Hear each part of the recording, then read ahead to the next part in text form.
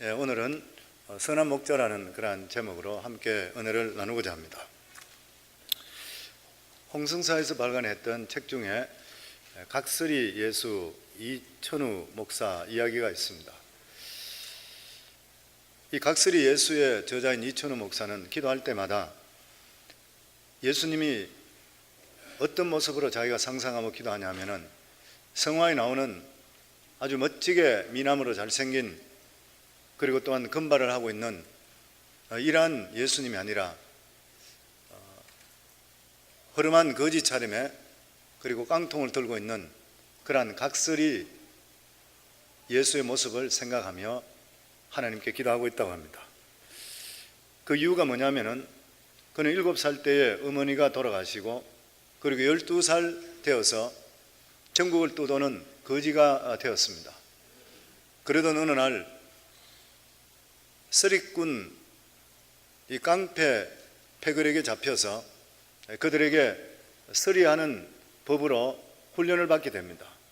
그리고 이제 훈련이 끝나고 나면 서리꾼으로 나가서 돈을 벌어서 자기 조직에다 돈을 갖다 줘야 됩니다. 20일 동안 훈련을 받고 나서 첫 번째 실습하는 것이 서울역에서 하게 되었을 때에, 그때에 팀으로 이루어 나가서 바람잡이가 먼저 그 중에 사람을 선택하는데 시골에서 올라온 흐름은 이러한 아주머니, 어리석게 보이는 그러한 아주머니에게 접촉하며 온갖 이야기를 하며 정신을 뽑아 넣는 순간에 전문 이 서리꾼이 그곳에 가서 날카로운 면도칼로서 그 아주머니의 주머니의 백에다가 칼을 껐습니다.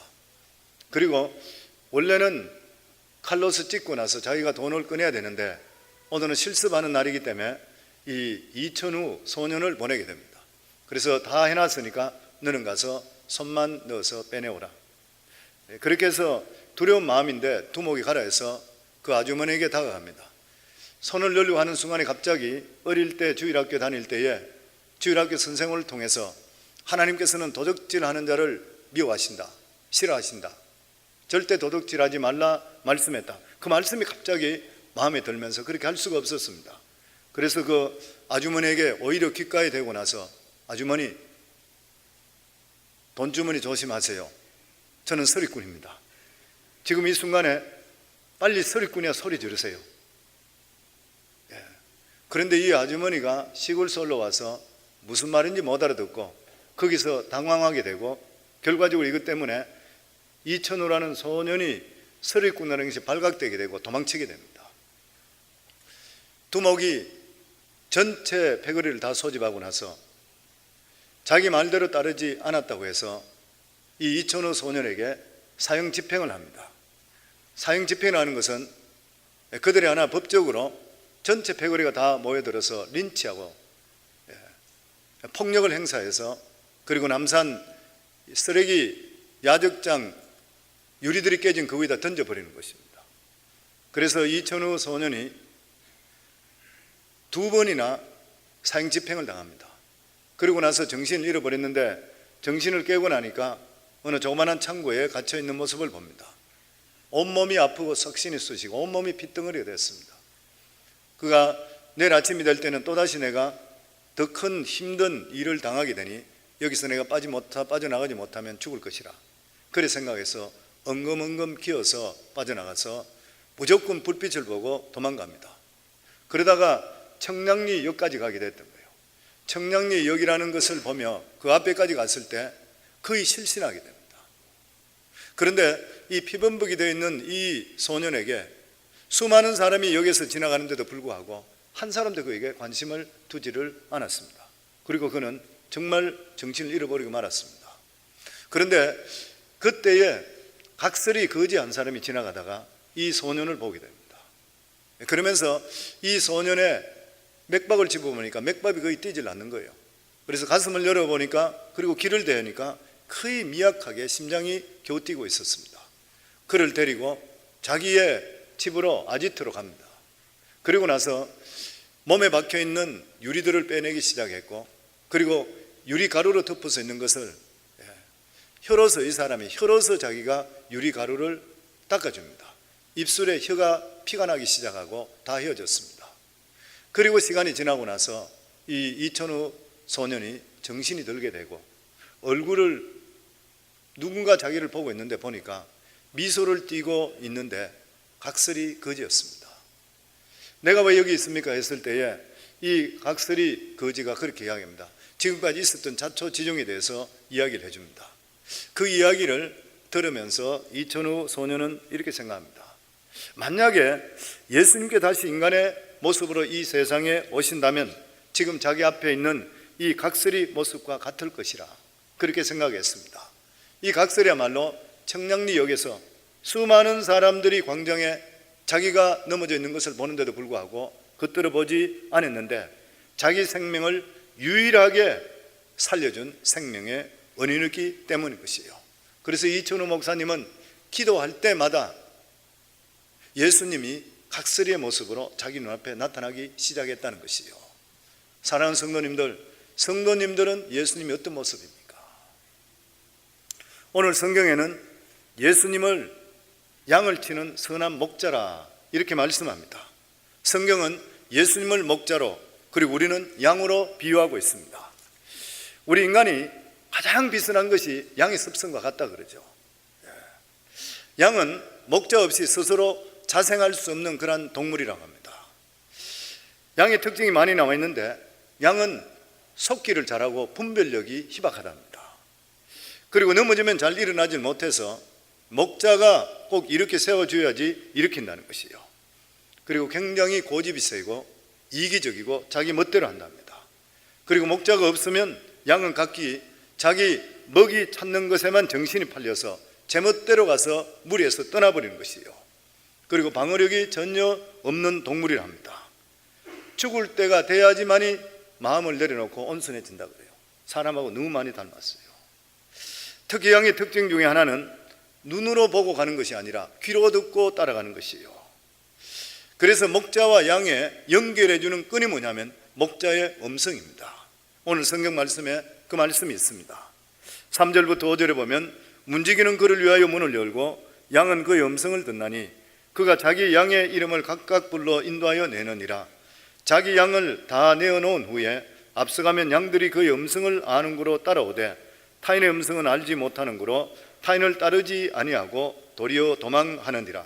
3절에 보면 양은 그의 음성을 듣나니 4, 5절에도 보면 음성을 듣고 따라오되 타인의 음성은 알지 못하는 거로 따르지 아니한다.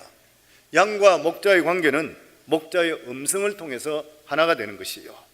이 말씀을 알기 위해서 양의 특징 가운데 특별하게 양의 시력은 마이너스 10 정도 된답니다. 아마 우리 성도들 마이너스 10 정도 되면 시력이 얼마나 나쁘다는 것, 시력을 나빠본 분 아니고는 잘 모르실 거예요. 저는 잘 이해합니다. 제 눈이 마이너스 9까지 갔기 때문에 마이너스 9이 되면 0.1이 되질 않습니다. 마이너스 9, 10 정도 되면 볼 수 있는 것이 정확하게 클리어하게 보는 것이 1m에서 2m 정도밖에 보이지를 않는 것이에요. 그 대신에 양은 귀가 굉장히 발달해 되어 있습니다. 조그만 소리, 바스락 소리만 나더라도 급히 도망가 버린 것이에요. 그래서 양들은 떼를 지어 가면서 그의 꼬리를 물듯이 따라가요. 그리고 가면 계속적으로 엄밀한 소리를 합니다. 양들은 보이지 않기 때문에 소리를 들으면서 따라가는 것이에요. 그래서 양은 눈으로 보고 따라가는 것이 아니라 귀로 듣고 따라가는 것이에요. 양은 듣는 것이 살기 위해서 들어야 됩니다. 사는 바로 듣는 것이 그의 생명과 직결되기 때문인 것이에요. 성경에 성도를 양이라고 비유하는 이유가 있습니다. 성도는 양과 마찬가지로 눈으로 보고 가는 것이 아니라 듣는 것으로 살아가는 하나님의 백성이에요. 그래서 로마 10장에 보면은 믿음은 들음에서 난다 그랬습니다. 봄으로 나는 것이 아니라는 것이에요. 하나님 말씀을 들어야 되고, 그리고 예수님도 들을 귀 있는 자가 복이 있다 그랬어요. 그러므로 우리 신앙인들은 세상 사람들처럼 눈으로 보고 결정하는 것이 아니라 하나님께서 말씀하시고 하나님의 음성을 들으며 살아가야지 그 인생이 복된 인생이 되고 실족하지 않고 승리하는 인생이 될 수가 있다는 것이에요. 그래서 성도님들 예배로 승리하셔야지 인생을 승리합니다. 오늘도 이렇게 예배당에 나와서 말씀을 듣는 분들이 복 있다고 믿습니다. 그리고 우리의 신앙을 지켜주는 것은 그중에 가장 중요한 조건 중에 하나가 뭐냐면은 체험적인 신앙입니다. 믿음 생활에서 체험적인 신앙이 굉장히 중요합니다. 우리가 예수를 믿는데도 불구하고, 그리고 믿음 안에 사는데도 불구하고 환경이 변하지 않고 어려움이 그대로 있게 될 때, 그럼에도 불구하고 우리가 하나님 말씀을 신뢰하고 살아가는 이유가 어디 있는 것이에요? 하나님을 체험했기 때문인 것이에요. 양도 목자의 음성을 무조건 순종하고 따라가는 이유가 뭐냐면은, 목자를 따라가기만 따라가면 푸른 초장으로 맑은 시냇물가로 반드시 이끌어주는 것을 경험적으로 체험했기 때문인 것이에요. 만약에 양이 목자의 음성을 듣고 따라갔는데 구렁텅이로 데려갔다든지 아니면 늑대 앞으로 끌고 갔다 그러면은 다시는 따라가지를 않을 것이에요. 그래서 우리 신앙인들도 마찬가지인 것입니다. 우리 삶 속에, 믿음 생활 속에 하나님을 체험하는 것이 너무 중요해요. 이것이 우리가 어렵고 힘들 때마다 우리를 새롭게 이끌어주고, 어떤 힘들이 있다 하더라도 하나님을 신뢰하는 믿음을 우리에게 갖게 만들어 주는 것이에요. 사도 바울 같은 사람은 환난 중에 환난, 그런 환난 당한 적이 없는 그런 사람입니다. 그럼에도 불구하고 사도 바울은 이렇게 고백합니다. 고린도서 1장 8절로 10절에 보면, 형제들아, 우리가 아시아에서 당한 환난을 너희가 모르기를 원하지 아니하노니 힘에 겹도록 심한 고난을 당하여 살 소망까지 끊어지고 죽고 싶다는 거예요. 그렇게 고통을 당했습니다. 우리는 우리 자신이 사형 선고를 받는 줄 알았으니 이는 우리로 자기를 의지하지 말고 오직 죽은 자를 다시 살리시는 하나님만 의지하게 하심이라. 그가 이같이 큰 사망에서 우리를 건지셨고 또 건지실 것이며 이후에도 건지시기를 그에게 바라노라. 무슨 말인 것이에요? 내 앞에 어려움이 있었는데 하나님께 의뢰했더니만 우리를 건져 주셨다는 것이에요. 앞으로 또 다른 어려움이 있다 한다 하더라도 반드시 하나님께서 우리를 건져 주실 것을 확신한다는 것이에요. 다니엘서에 보면 사드락과 메삭과 아벳느고도 똑같은 고백을 합니다. 3장 17절에 보면, 왕이여, 내가 섬기는 하나님이 계시다면 우리를 맹렬히 타는 풀무불 가운데서 능히 건져내시겠고 왕의 손에서도 건져내시리라. 이런 확신이 어디에서 나오는 것이에요? 과거에 하나님과 동행했던 체험 때문에 나오는 것이에요. 그래서 우리 성도들은 살아가는 삶이 앞길이 칠 끝이 어둡고 우리의 목적지가 보여서 가는 것이 아니라 하나님을 신뢰하기 때문에 하나님 말씀 안에 살아가는 것, 하나님을 신뢰하는 것, 바로 이것이 믿음인 것이고 성도의 모습인 것이에요. 성도들의 삶을 천국을 향한 순례자의 삶이라 이렇게 말을 합니다. 그런데 천국 가보시는가요? 아마 성도들 중에서 천국 가본 사람은 아무도 없을 거예요. 그런데도 믿으십니까? 안 믿으세요? 천국 가는 것을 믿으시는가요? 왜 그런 것인가요? 지금까지 하나님께서 말씀 속에 살아 경험해 주신 하나님이 성령을 통해 그것을 말씀해 주시기 때문에 천국 가는 것도 믿는 것이에요. 저는 교회 다녔지만 예수님을 영접하기 전까지는 동정녀 마리아가 아들을 낳았다는 것을 믿지 않았습니다. 믿기지를 않았습니다. 상식에 맞지 않는 이야기이기 때문에. 그런데 지금은 믿습니다. 왜 그런 것이에요? 물론 성령께서 깨우쳐 주셨지만 무엇보다도 하나님 말씀대로 살 때 그 말씀이 실제적으로 내 삶에 이루어지는 것을 체험하면서 성경에 나와 있는 이 말씀이 정확하다는 것을 내 마음속에 믿기 때문인 것이에요. 우리가 살다 보면 말씀과 그리고 눈에 보이는 것, 경험 때문에 갈등할 때가 있습니다. 아주 쉽게 이야기한다 하더라도 세상에 우리가 살아갈 때 6일 동안 영업하는 것과 그리고 7일 동안 하는 거 틀립니다.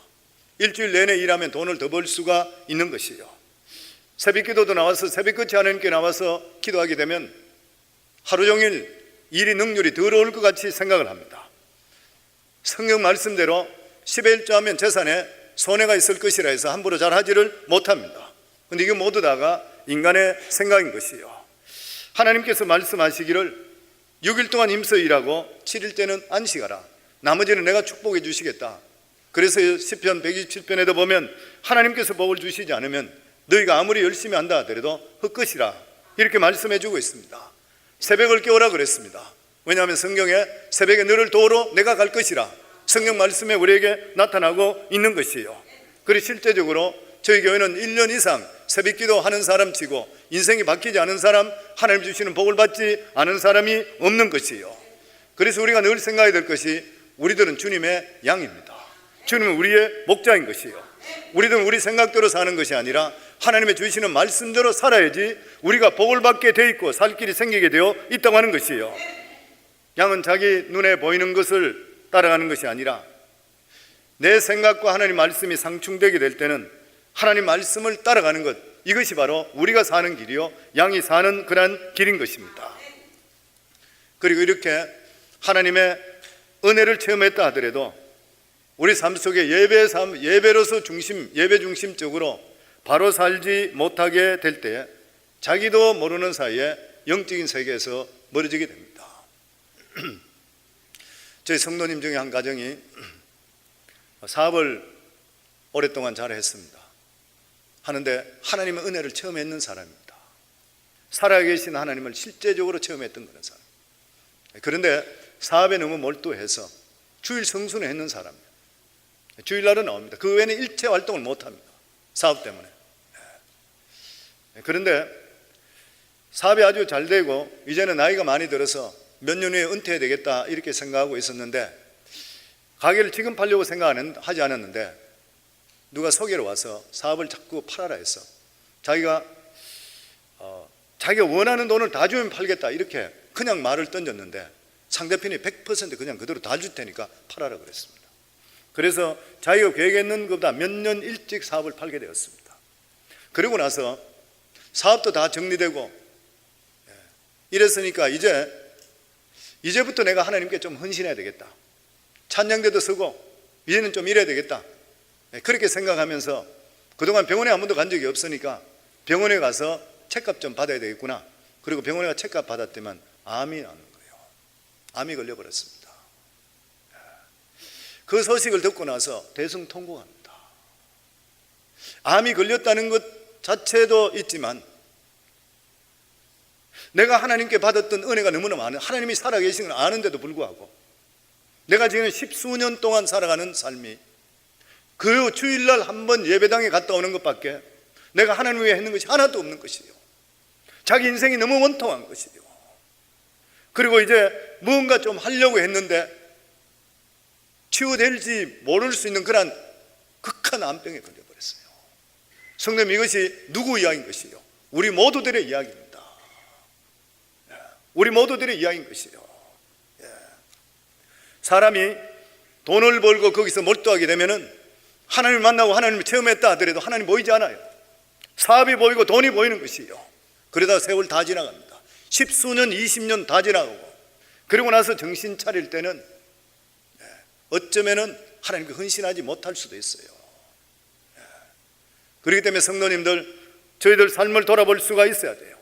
우리 삶 속에 무엇보다 중요한 것이, 신앙보다 더 중요한 것이 없습니다. 믿음보다 더 중요한 것이 없는 것이요.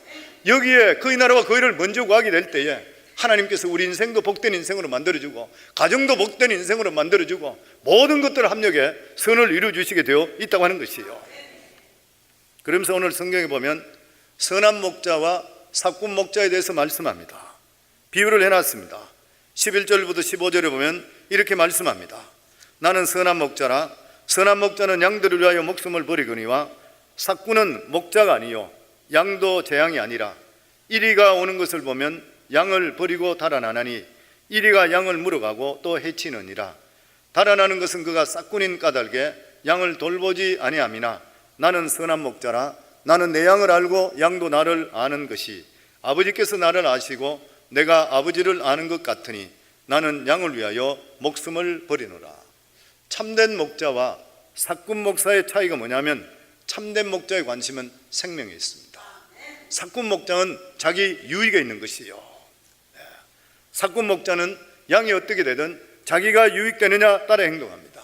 양이 죽든 말든 떠날 수도 있는 것이요. 주의 일을 감정적으로 자기 유익에 따르는 것은 삭군 목자인 것이요. 오늘 본문을 통해서 참 목자의 모습을 보여줍니다.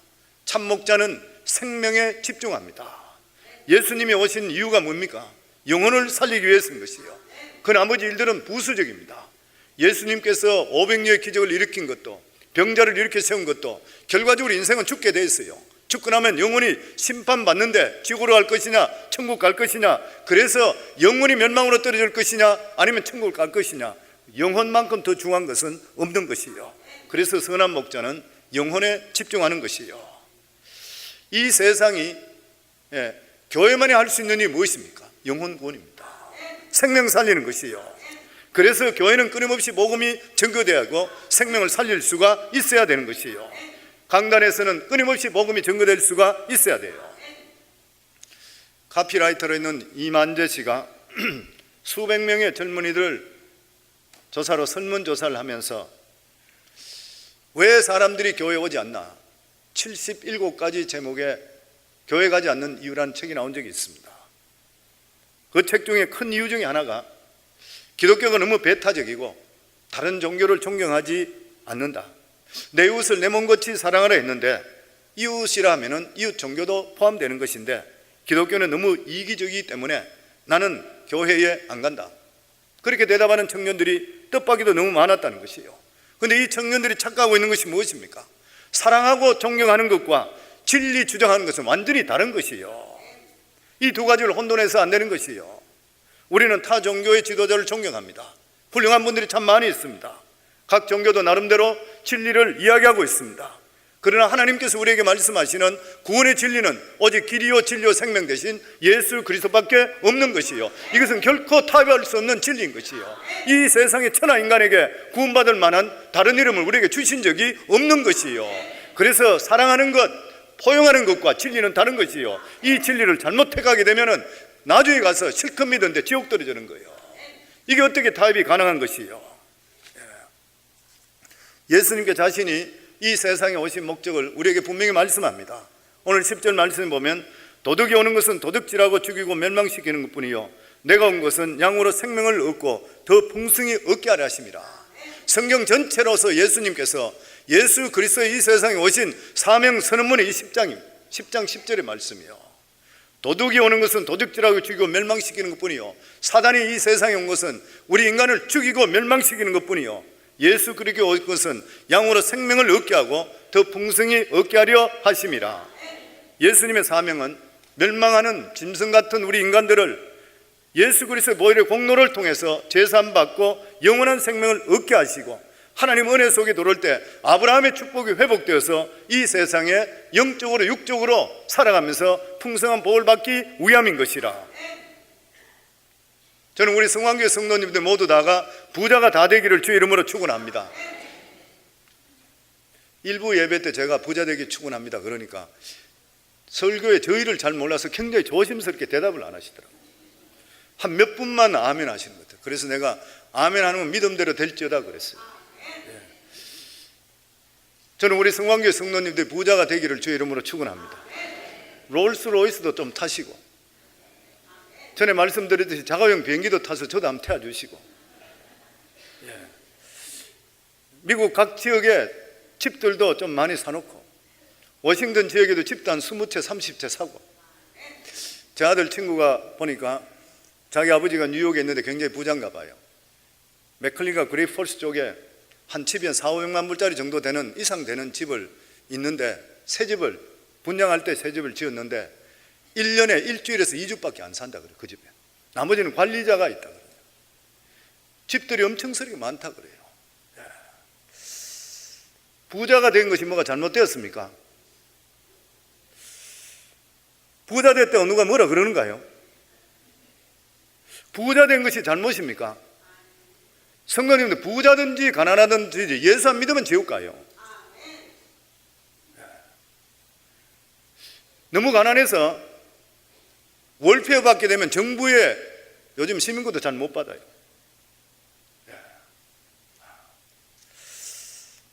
저는 우리 성황교회 성도님들이 살아가는 삶도 풍성한 복을 받는 부자가 되기를 주의 이름으로 축원합니다.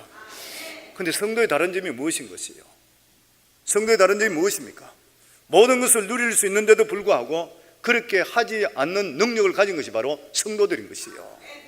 성도는 무엇을 위해서 부름을 받은 것이요? 주는 것에 대해서 누리는 것,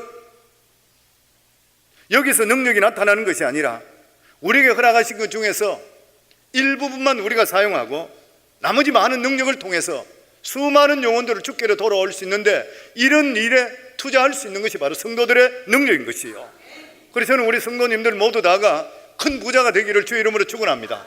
그리고 하나님께 마음껏 사용될 수 있기를 주의 이름으로 축원합니다. 아멘. 하나님께서 우리의 영육 간에 강건하고 잘 살아갈 수 있기를 주님께서 원하고 계셔요. 그래서 도적이 오는 것은 도적질하고 죽이고 멸망시키는 것이요, 우리 것을 빼앗아가요. 건강도 빼앗아가고 행복도 빼앗아가고 가정도 파괴하고 이런 것들을 만드는 것이 사탄이 하는 일이에요. 그런데 주님께서 내가 온 것은 양으로 생명을 얻게 하고 더 풍성히 얻게 합니다. 행복하고 복되게 살아가는 것을 주님께서 원하고 계셔요. 이러한 복을 받을 수 있기를 주 이름으로 축원합니다. 그리고 선한 목자는 환경을 뛰어넘는 풍성한 복을 우리에게 허락하십니다. 예수님이 이 세상에 오신 것은 사단을 통해서 도적맞았던 우리의 복을 다시 회복시켜 주는 거예요.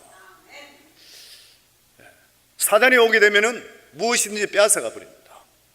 근데 예수님이 오게 될 때는 우리 인생이 십자가의 인생을 살게 될 때는 어느 분이 표현하기를 플러스 인생이 된다 그래요. 없는 것을 있게 하시는 하나님의 능력이 우리 속에 임하는 것이에요. 예수 그리스도 안에 들어오게 되면은 죄의 권세를 깨뜨리게 되어 있고 용서하지 못할 자를 용서할 수 있게 되고 의롭게 살게 되어 있는 것이고 마귀의 억압에서 우리는 자유롭게 살아갈 수 있게 되는 것이고 영생과 천국을 소유하는 것이에요. 그리고 하나님의 은혜를 체험하게 될 때는 환경을 뛰어넘습니다. 자기 자신의 지금 처했던 이러한 악한 여러 가지 열악한 상태도 그 속에 행복을 찾을 수가 있어요. 이것은 절대로 세상에 줄 수 없는 것입니다.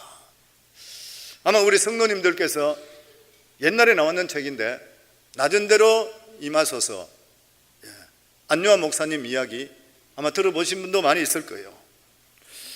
낮은 대로 임하소서는 안요한 목사의 일대기입니다. 그는 목회자의 아들도 태어났습니다. 그런데 예수 안 믿었습니다. 그리고 젊을 때 잘 나가다가 눈이 실명해 버립니다. 양쪽 눈이, 한쪽 눈이 실명하고 곧바로 한쪽 눈까지 실명해 버립니다. 그렇게 됐을 때에 두 딸이 자기를 떠나고 자기 아내까지 자기를 버리고 떠나버렸습니다. 저는 인생의 절망에 빠졌습니다. 헤어나올 수 있는 길이 없은 장님에다가. 그런데 그때에 부르짖으면서 예수 그리스도를 만나게 됩니다. 인생이 완전히 바뀌게 됩니다. 그리고 나서 그는 헬렌 켈러 재단을 통해서 신학교에 다니기 시작합니다. 신학교 다니며 하나님을 더 알게 되면서 너무너무 기뻐합니다. 그러다가 인천 결핵요양소 시계탑 앞에 꽃들이 만발하고 지금 한창 가을에 국화업했다는 소문을 듣게 됩니다. 눈은 보이지 않지만 향기를 맡으며 하나님께 지으신 이 세계에 대해서 동경하는 마음이 있어 자기가 같이 다니는 신학생을 어떻게 부탁을 해서 거기까지 가게 됩니다. 그리고 그 시계탑인 데서 들어누워서 앉았다가 누웠다가 너무 하나님 감사해서 그렇게 행복하게 찬양하면서 있었습니다. 그러고 있을 때에 같이 갔던 친구가 그 손을 잡더니 갑자기 끌고 딴 쪽으로 끌고 갑니다. 그러면서 옆에 벤치에다 앉히는 거예요. 근데 벤치에 앉혔는데 그 벤치에 보니까 어떤 남자가 앉아 있었던 것이에요. 그런데 이 벤치에 앉아 있는 남자가 쳐다보기만 하고 말을 하지 않습니다. 그랬을 때 그 친구가 그렇게 묻습니다. 이 사람을 데려왔는데 당신이 불렀는데 왜 말을 하지 않습니까? 그랬더니 자기가 자기를 소개합니다. 자기는 결핵요양에 입원해 있는 결핵 3기의 환자라. 그리고 아무 말 없이 또다시 그 안요한 목사의 얼굴만 쳐다봅니다. 그래서 그 친구가 다시 하시고 싶은 말씀 빨리 해주세요. 그랬을 때에 비로소 입을 열어서 이렇게 이야기합니다. 선생, 사는 것이 그렇게 즐거우세요? 안 목사는 듣고 가만히 웃고만 있었습니다. 이 결핵 3기에 걸려있는 사람, 희망도 잃어버린 사람이 이렇게 이야기합니다. 아까부터 제가 저기서 보니까 선생은 뭐라고 표현할 수 없는 평화로움과 행복함이 얼굴에 배어나왔습니다. 웃음기가 얼굴에 떠나지를 않았습니다. 무엇이 대간절 선생을 그렇게 행복하게 해주는 것입니까? 무엇이 선생을 이렇게 기쁘게 하는 것입니까? 선생님, 산다는 것이 그렇게 기쁜 것입니까? 앞을 못 보는 시각장애인이 꽃시계 앞에서 마냥 그렇게 행복해 하니까 자기는 모든 삶의 의욕을 내려놓고 있던 사람이 볼 때에 너무나도 신기한 그런 일인 것이에요. 안요한 목사가 아무 대답도 하지 않고 있을 때 그러다가 그냥 일어나니까 선생님, 이름과 주소 주세요. 제가 꼭 연락을 드리고 싶습니다. 그래서 이름과 주소를 줍니다. 그리고 며칠 후에 이렇게 편지가 옵니다. 그 내용을 보면 선생님을 본 그날이 내게는 새로 태어난 날이 되었습니다.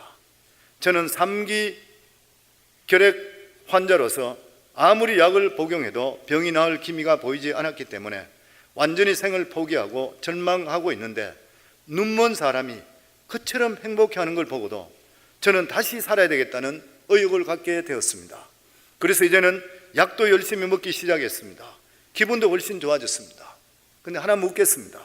앞을 못 보면서도 그렇게 행복해하는 비결이 어디 있습니까? 저에게 좀 알려주세요. 한 목사님 이렇게 대답합니다. 어둠 속에 있던 저에게 예수 그리스도가 빛으로 찾아오셨습니다. 육신의 눈으로 보지 못했던 것을 영혼의 눈으로 볼 수 있게 되었습니다. 오직 예수 그리스도, 내 가족들도 나를 버리고 다 떠났지만 예수 그리스도가 내 속에 올 때 그 기쁨은 말로 할 수가 없습니다. 지금은 하늘을 봐도 감사하고 땅을 봐도 감사하고 음식 냄새만 맡아도 감사하고 모든 것을 감사할 수밖에 없는 사람으로 하나님께서 나를 만들어 주셨습니다. 그래서 행복합니다. 저는 이것이 우리 고백이라 생각합니다. 성도, 우리 살아가는 삶에도 환경이나 어려움이 얼마나 많아요. 힘든 일이 많아요. 그럼에도 불구하고 우리가 뛰어넘을 수 있는 능력 주시는 게 뭐예요? 하나님의 은혜잖아요. 그리고 선한 목자는 공평합니다. 교회는 다양한 교인들이 많이 있습니다. 특별히 교역자들을 사랑하고 그리고 잘 대해주는 그런 교인들이 많이 있습니다. 명절이 되면 선물도 주고 식사 때 대접도 하고 이런 분들이 참 많이 있습니다. 너무 감사한 일입니다. 성경에 보면 교역자들을 공경하는 것은 성경에서 말씀하는 말씀이고 명령입니다. 갈라디아 6장 6절에 보면 가르침을 받는 자는 말씀을 가르치는 자와 모든 좋은 것으로 함께하라. 자기에게 좋은 것이 있다면 함께하라. 그러므로 교인들이 목회자를 함부로 대하지 않는 것은 너무나도 귀중한 그런 일인 것이고 잘 섬기는 것입니다. 그런데 목사가 거룩해서 성직자인 것인가요? 아니에요. 목사가 하는 일이 귀하기 때문에 성직자예요. 사람으로 볼 때는 특별하게 그렇게 거룩하지 않을 때도 있습니다. 그럼에도 불구하고 따르는 것이 뭐냐면 하나님께 세워주신 직책이기 때문인 것이에요. 그리고 목회자도 인간이기 때문에 자기에게 사랑을 주는 사람, 자기에게 더 잘해주는 사람, 이래주는 사람에게 더 잘해주고 싶은 마음이 충동이 들 때가 있어요. 그런데 만약에 그것이 행동으로 드러나서 사람을 편파적으로 대하면 사건이 되어버립니다. 목사는 자기에게 아무리 잘해주는 성도가 있다 하더라도 그것을 자기가 갚으려고 해서 안 돼요. 그러면 누가 갚아줘요? 하나님이 갚으시는 거예요. 하나님이 종이기 때문에 하나님께서 갚아주시게 되어 있는 것이에요. 물론 고마운 마음을 가진 것은 당연한 일이지만 무엇인가 대가를 주려고 할 때는 싹군이 되는 것이에요. 참된 선한 목자는 어떤 모습입니까? 자기에게 유익을 주든 아니면 피해를 주든 모든 사람 앞에서 똑같이 귀한 생명으로 여기고 품을 줄 아는 그러한 모습인 것이요. 새 회견도가 되고 새로운 일꾼들을 세울 때 보면은 어떤 분들 중에는 자기의 맡았던 직책이 권력과 같이 생각하는 분이 있어요. 이러한 분들은 그 직책을 이용해서 자기 감정을 드러내는 사람이 있습니다. 그 사람은 사꾼이에요. 그런 모습으로 일하는 것은 하나님의 종의 모습이 결코 될 수가 없는 것이에요. 예수님은 절대로 공평하십니다. 부자든 가난한 자든 연약한 자든 강한 자든 많이 배웠든 적게 배웠든 상관없이 예수님은 똑같이 한 영혼을 위해서 이 세상에 오신 것이요. 그리고 선한 목자는 양을 위해서 자기 생명을 준다 그랬습니다. 나는 선한 목자라 선한 목자는 양을 위하여 목숨을 버리거니와. 이스라엘의 목자는 실제적으로 참 목자는 양들 위해 목숨을 버리는 경우가 있다고 합니다. 싹군 목자는 돈을 받은 만큼 일하는 게 싹군이에요. 싹군이 꼭 나쁜 거라는 말은 뜻은 아니에요. 왜냐하면 싹을 받는 만큼 일하는 것이에요. 그래서 이스라엘에서도 보면은 짐승이 사자나 늑대나 이런 것들이 왔을 때 양을 채가려고 할 때에 한 마리가 왔을 때는 그것을 만약에 물리치지 못하면 이 싹군 목자는 양값을 물어줘야 된다. 하나 뺏기면. 그런데 두 마리 이상 달려들 때는 목숨에 위험이 있다 생각하기 때문에 물어주지 않아도 된다 그래요. 근데 참 목자는 두 마리가 세 마리가 달려든 간에 양 한 마리를 지켜서 끝까지 목숨까지 내어놓는다 그래요. 예수님의 여기 말씀이 그 말씀입니다. 나는 선한 목자라 선한 목자는 양을 위하여 목숨을 버리거니와. 예수님께서는 이 세상에 사망 권세 속에 매여서 영원히 죽을 수밖에 없는 우리들을 위해서 자기 생명을 대신하기 위해서 우리의 죄값을 치러 주시기 위해서 이 세상에 오셨습니다. 예수님이 그리 하지 않으셔도 되는데 예수님께서는 우리를 사랑하시기 때문에 자기 목숨을 주셨는 거예요. 그래서 요한복음 10장 18절에 보면 이를 내게서 빼앗는 자가 있는 것이 아니라 내가 스스로 버리노라. 나는 버릴 권세도 있고 얻을 권세도 있으니 이 계명은 내 아버지께서 받았노라. 예수님은 우리를 사랑하셔서 스스로 목숨을 버렸습니다. 그래서 성도님, 우리가 예수 그리스도 사랑을 깨닫는 그 순간에 통곡하고 인생이 바뀔 수밖에 없는 이유가 한 번도 받아보지 못했던 이 사랑을 우리가 받게 되는 것이요.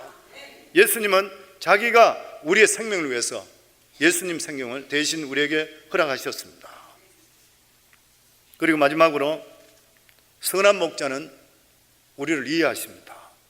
14절에 15절에 보면 나는 선한 목자라 내가 내 양을 알고 양도 나를 아는 것이 아버지께서 나를 아시고 내 아버지를 아는 것 같으니 나는 양을 위하여 목숨을 버리노라. 예수님께서 우리를 안다는 것이 얼마나 위로가 되는지 모릅니다. 우리가 이 세상에 살아가면서 얼마나 고독한지 몰라요. 성도 부부간에 살아가더라도 서로 대화가 나눠지지 않고 이러면 고독한 일인 것입니다. 세상 가면 갈수록 개인적이고 이기주의적입니다. 가끔은 외톨이로 홀로 서 있는 것 같은 그런 모습을 느낄 때가 있는 것이요. 누구하고 만나서 깊은 이야기도 잘 못합니다. 이야기 잘못하고 나면은 유언비어가 난무하게 되고 말이 말을 섞어서 이상한 소리로 들리게 되는 것이요. 참으로 이 세상에 자신을 알아주는 사람이 별로 없는 것이요. 예전에 뉴욕타임즈에 이러한 칼럼이 실린 적이 있습니다. 남편에게 여자친구가 필요하다. 주일날 아침에 무슨 또 이런 이야기를 하냐. 다른 뜻이 아니라 이 글을 적는 필자가 2,000여 명의 성인 남녀를 대상으로 조사한 바에 의하면 남자 3명 중 1명이 여자친구 필요하다는데 긍정적으로 말했고 있다고 대답했다 그래요. 여기서 여자친구는 어머니일 수도 있고 여동생일 수도 있고 학교 동창일 수도 있고 직장 동료일 수도 있는 것이에요. 무슨 말이냐면 마음을 툭 털어놓고 이야기할 수 있는 여자친구가 필요하다는 것이에요. 예를 들어서 남편이 모처럼 마음을 먹고 여보 이번 여름에는 우리가 가게 문을 닫고 며칠 정도 어디로 갑시다. 이렇게 남자가 꿈을 꾸고 이야기했을 때 부인이 있다가 당신이 미쳤어. 누가 가게를 대신 대주고 돈은 어떻게 하라는 것이요? 당신 혹시 나 몰래 딴 주머니 탄 거 아니요? 이렇게 묻게 된다면 남자가 이야기하고 나서 꿈이 다 깨지고 마는 것이요. 당신은 왜 그렇게 돈 타령만 하는 것이야? 우리가 이럴 때도 있어야 되잖아. 그러면 부인들 하는 말이 내가 지금 돈 걱정 안 하게 생겼어. 당신 돈 많이 갖다 줬어. 이러면 남자가 할 말이 없어지는 거예요. 이러다 보면 괜히 말을 꺼냈다 생각해서 후회가 막급하게 되고 그리고 무슨 말을 잘못 꺼내다 보면 코너에 몰릴 것 같으니까 말을 닫기 시작합니다. 그래서 부부간에 대화가 없어지는 거예요. 근데 여자친구한테는 코너에 몰릴 일이 없다 그래요. 내가 이런 계획을 가게를 닫고 가려고 그래. 그러면 어머나 너무 잘하시네. 당신 정말 멋져. 여자친구 당신 정신없어 이런 사람 없대요. 어디를 갈 예정이에요? 나도 좀 도와서 찾는 걸 알려주겠어요. 이런데요. 필요한 정보를 수집해 주겠어요. 그러면 그 말을 듣는 순간에 아, 이 사람은 나를 이해해 주는 것이구나. 말이 통하는구나. 그러면 속마음을 다 털어놓는 것이에요. 그리고 결혼 생활에 쌓였던 스트레스가 한순간에 배출돼요. 그러면서 이런 여자친구가 필요하다는 것이에요. 지금 예배 시간에 여자친구를 장려하는 것이 아니라 사람이 외롭다는 것입니다. 외롭다는 것이에요. 그런데 예수님께서 뭐라 그러십니까? 나는 내 친구라. 우리 속마음을 다 알고 계시는 것이에요. 우리가 왜 괴로워하는지, 우리가 왜 기죽어 사는지, 왜 울고 있는지 주님 알고 계신다는 것이에요. 왜 그런 것입니까? 주님은 우리 속에 내주하시기 때문인 것이에요. 우리가 처지가 어떠하든 우리가 예수 그리스도만 바라보시게 되면 하늘의 평강이 우리에 오게 되어 있는 것이에요. 예수님께 나와서 말하지 않고 울고만 계시더라도 예수님 다 알고 계시는 것이에요. 현장에 가늠한 여인이 예수님께 끌려왔을 때 예수님 말씀 한마디 하지 않았습니다. 그러나 예수님께 다 알고 계시고 다시는 죄를 짓지 말라, 나도 너를 정죄하지 않노라 용서해 주시고 어루만져 주셨던 것이요. 성도님들, 오늘 어떤 환경이 있는지 모르지만 그 환경 속에서도 예수님만 바라보기를 주의 이름으로 축원합니다. 예수님을 바라볼 때에 예수님께서 우리 마음속에 평강과 기쁨을 허락해 주시는 것이요. 아마 시편 중에서 제일 많이 우리가 애창하는 것이 시편 23편을 읽습니다. 여호와는 나의 목자시니 내가 부족함이 없으리로다. 그가 나를 푸른 초장에 누이시며 실만한 물가로 인도하시는도다. 이 시편 23편은 누구나가 다 애청해요. 근데 우리가 잘 알고 있듯이 이 시편 23편은 다윗이 모든 것이 편할 때 지은 것이 아니잖아요. 자기 아들 압살롬한테 반역을 통해서 백주의 맨발로 도망치면서 지었던 시요. 시편 23편과 시편 42편에 있는 말씀은 똑같은 시기에 지었습니다. 사람들이 조롱하고 하나님이 어디 있느냐 이렇게 조롱하고 있는데도 불구하고 이 다윗은 지금까지 나와 함께 하셨던 하나님, 나한테 이런 일을 지금 당하고 있지만 결과적으로 하나님께서 나의 목자 되시고 모든 일에 합력해 선을 이룰 믿기 때문에 하나님을 찬양하는 것이에요.